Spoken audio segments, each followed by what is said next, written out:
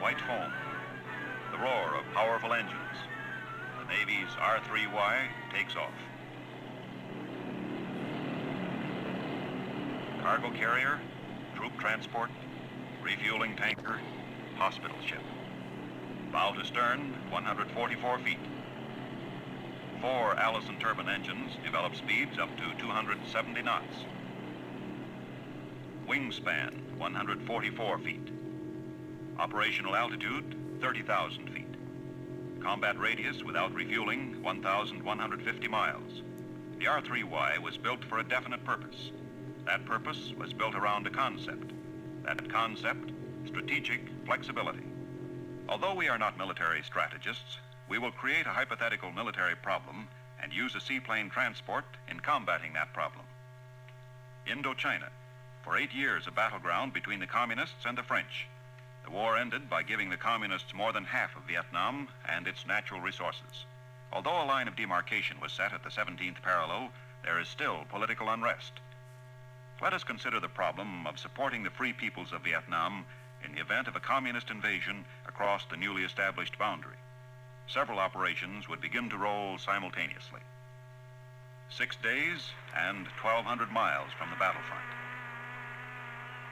In Manila, the main body loads for the counterattack.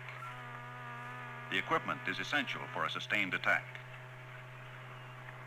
Trucks, jeeps, bulldozers, landing craft, all weapons of war. And there is a lot of truth to the old adage that a fighting man travels on his stomach.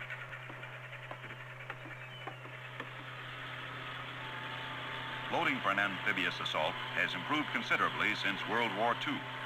New methods of loading, lighter and faster equipment, the elimination of unnecessary items.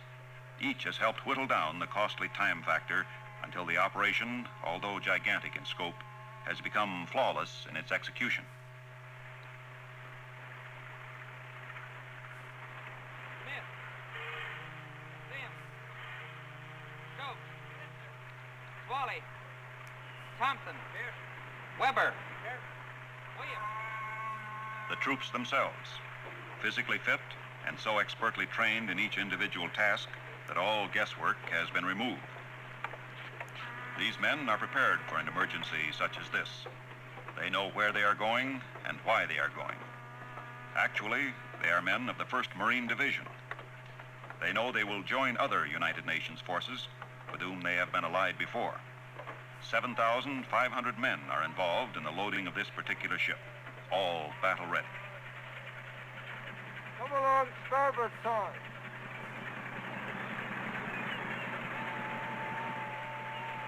Any kinks they pick up will be ironed out by exercises topside as they move out across the South China Sea toward their hypothetical objective.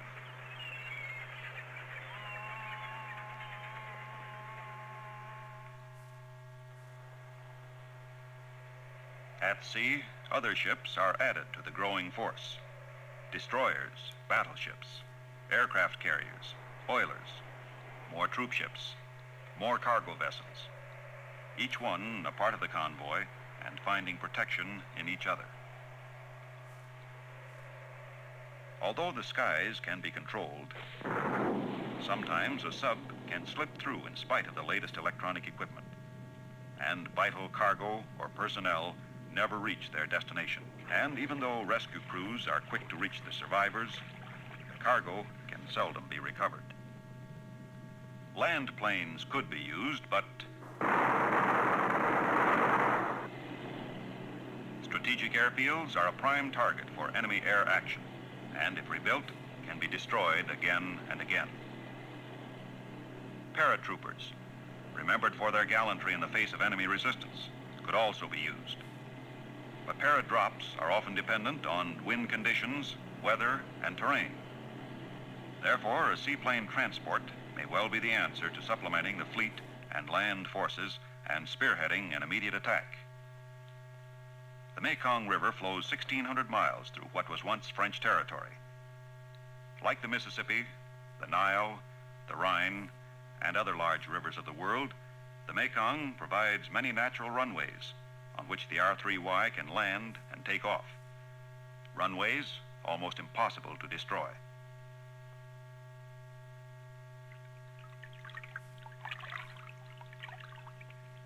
Naval underwater demolition teams, cooperating with friendly guerrilla forces, would chart the landing lanes and radio hydrographic information to the Flying Task Force Command Control.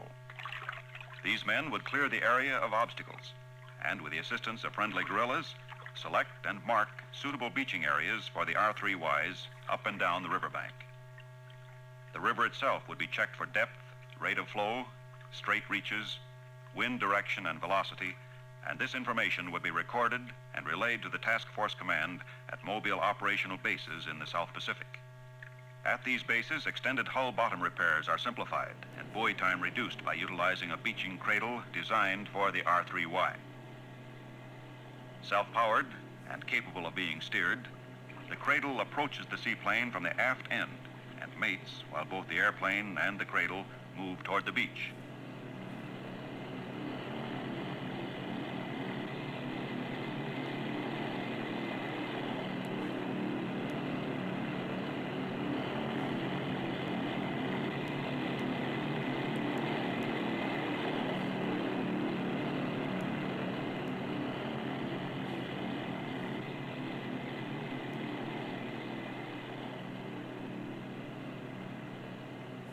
In forward areas, M8 pressed steel mats could be used, where permanent dock facilities are not available.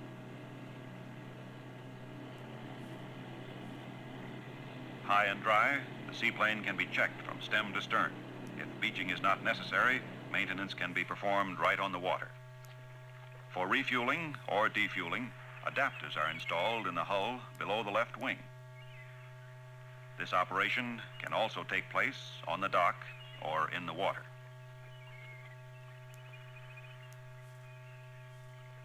Quick opening access doors and engine cowlings make engine inspection or repair a simple chore. Service crews can, if necessary, change engines while the airplane is waterborne.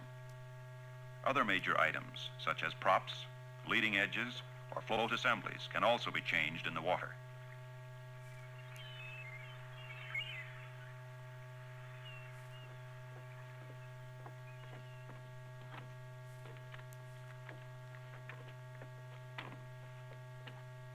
Each of these items can be reached from within the airplane through a door and ladder arrangement in the main cargo compartment.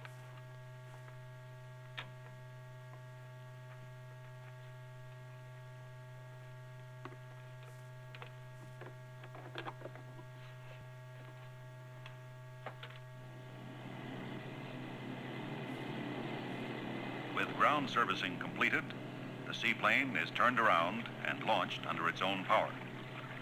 Reverse thrust brakes the descent into the water.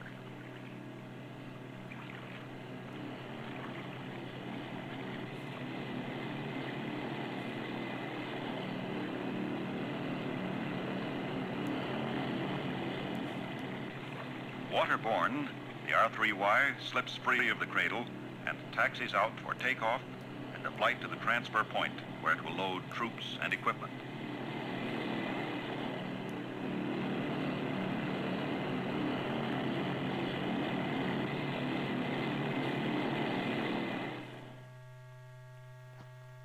.600 miles southwest of the Mekong River, latitude 10 degrees north, longitude 97 degrees east, St. Matthew's Island and Hastings Harbor.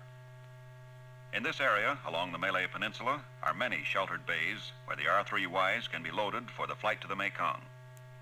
And if beaches are inaccessible or tied up by other traffic, mobile docks can be employed. The R3Y can be loaded directly from surface vessels, and with the loading completed, the docks can be broken down or towed to other locations.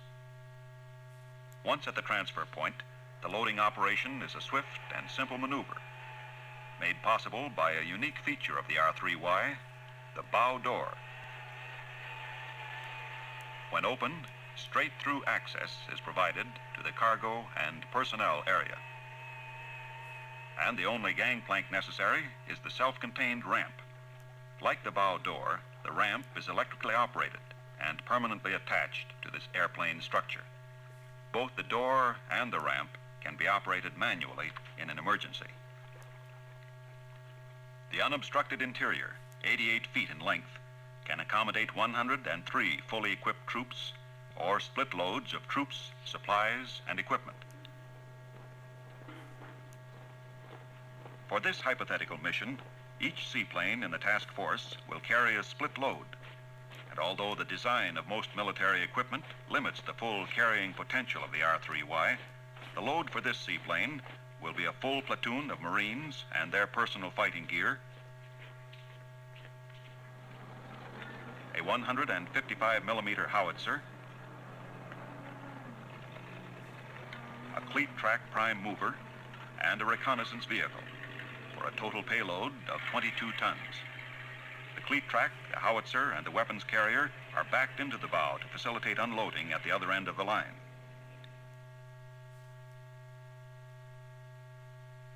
Loading completed, the seaplane prepares to get underway.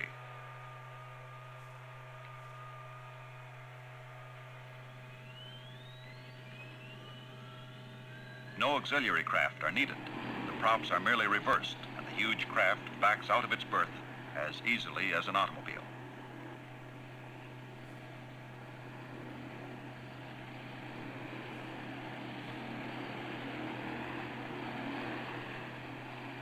Once out of the U-dock, the R3Y maneuvers to the takeoff lane under asymmetric power.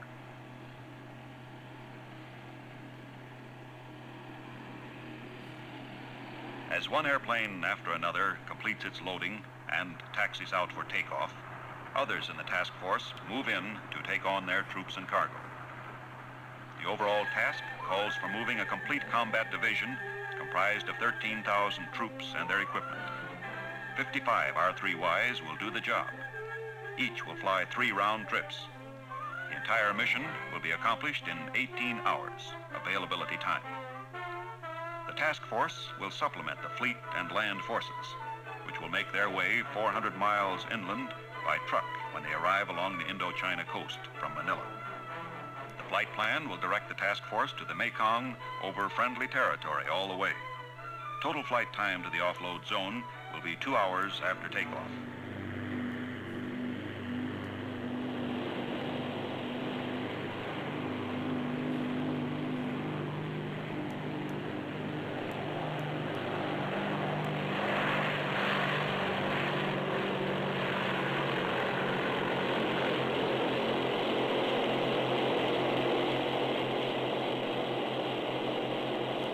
At 0800 hours, the flying task force is airborne.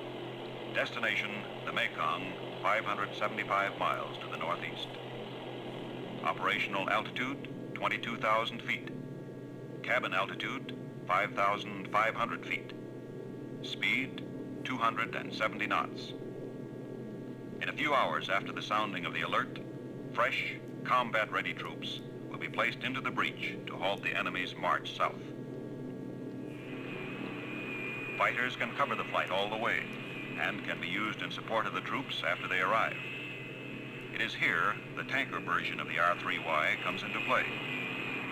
This tanker can be used for topping off fuel tanks of airplanes starting on a strike, or for refueling returning aircraft to extend loiter time over a carrier. Capable of refueling fighters at altitudes up to 25,000 feet, the tanker is equipped with 4 refueling hose reel units mounted on streamline pods. The pods are positioned on each wingtip and beneath each outboard engine nacelle. Total fuel load is carried in wing tanks. The tanker can refuel each of 4 aircraft at the rate of 250 gallons a minute.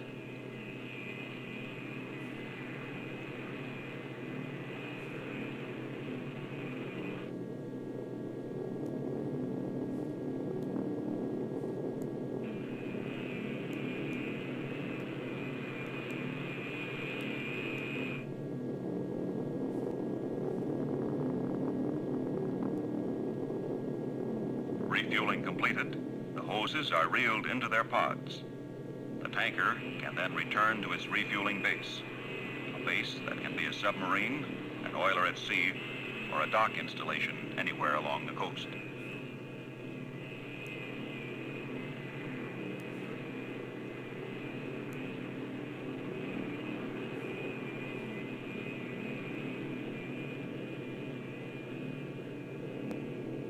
the task force itself moves steadily toward the offload zone. Flying at 22,000 feet, 8 sources from the turboprop engines supply air for both cabin pressurization and air conditioning. Anti-icing is provided through stainless steel leading edges. Equipped to fly above the weather and operating over friendly territory throughout the flight, the task force has the tactical advantage of surprise.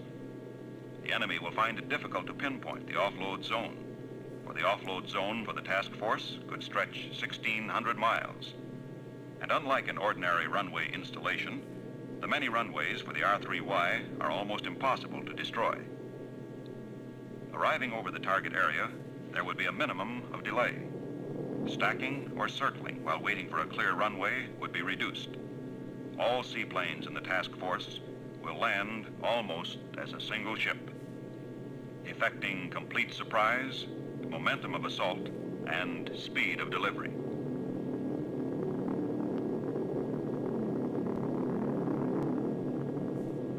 The R3Y has a high length beam ratio of 10. This permits a clean water entry and greatly reduces the spray pattern on landing.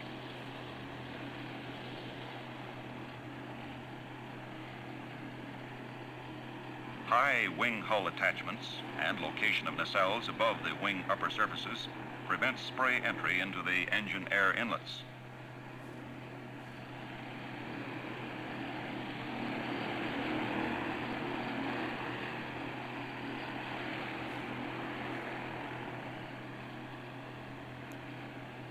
To expedite the unloading operation, the bow door is opened and the ramp extended while the seaplane moves into the beach.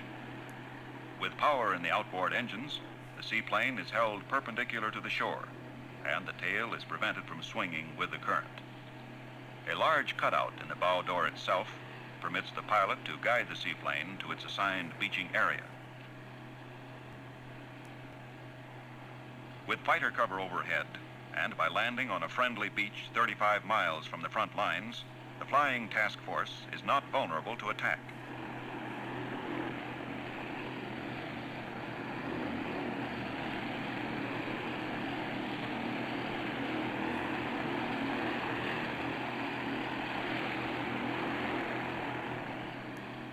Although the banks of the Mekong were reported to be smooth by the UDT teams, a protective sheath has been designed to fit over the keel of the airplane and prevent hull and bottom damage in areas where beach conditions are unknown.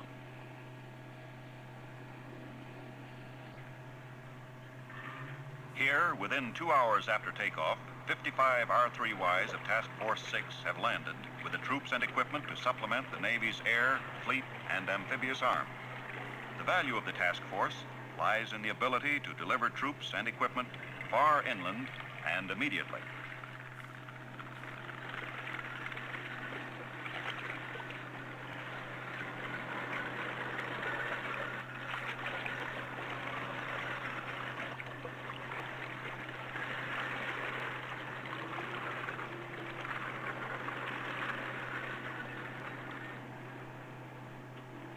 As each piece of heavy equipment is unloaded, the R3Y can move closer to the riverbank to facilitate the unloading of troops.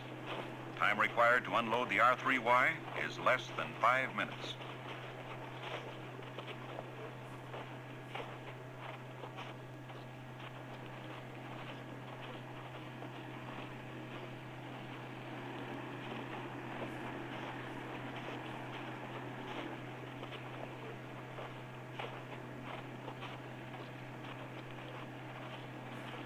Briefed in flight, the troops are ready to move at once to the forward area and join the Indo-Chinese and other United Nations forces.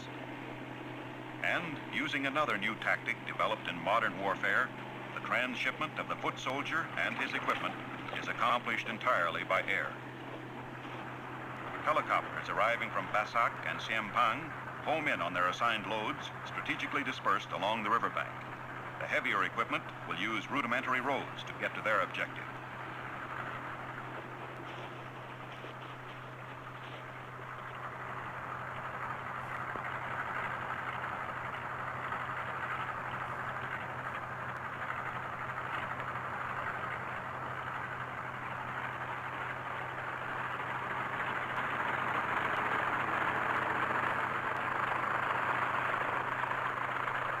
flying over the roads or trails that are not satisfactory for fast land movements, the men and their supplies move north to combat.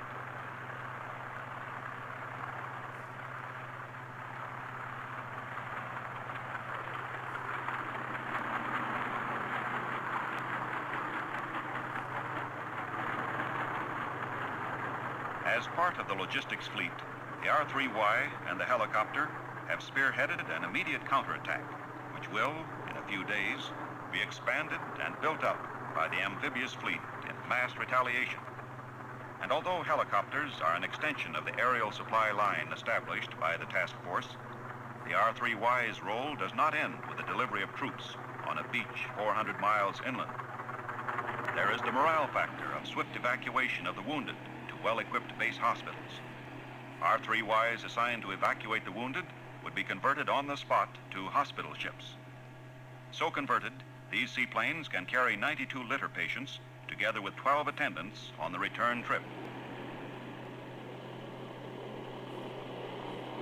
Cargo carrier, troop transport, refueling tanker, hospital ship.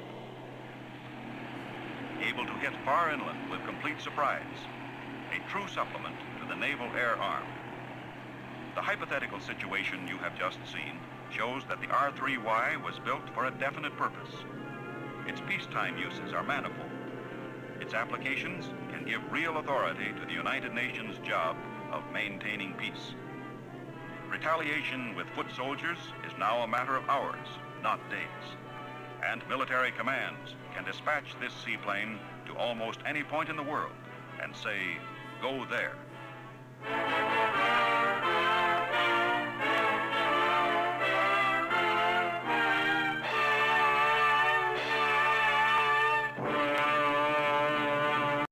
The Navy's R3Y takes off. Cargo carrier, troop transport, refueling tanker, hospital ship. Bow to stern, 144 feet. 4 Allison turbine engines develop speeds up to 270 knots. Wingspan, 144 feet. Operational altitude, battlefront.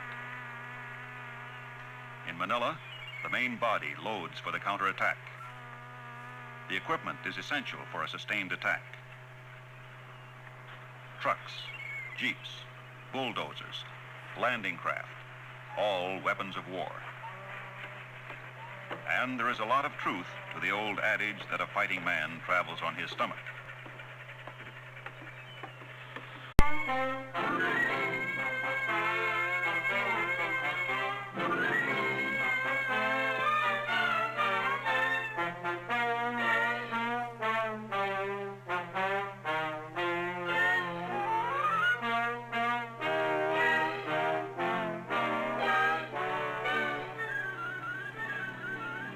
Trail of white foam, the roar of powerful engines, 30,000 feet.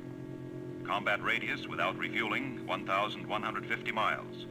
The R3Y was built for a definite purpose. That purpose was built around a concept. That concept, strategic flexibility.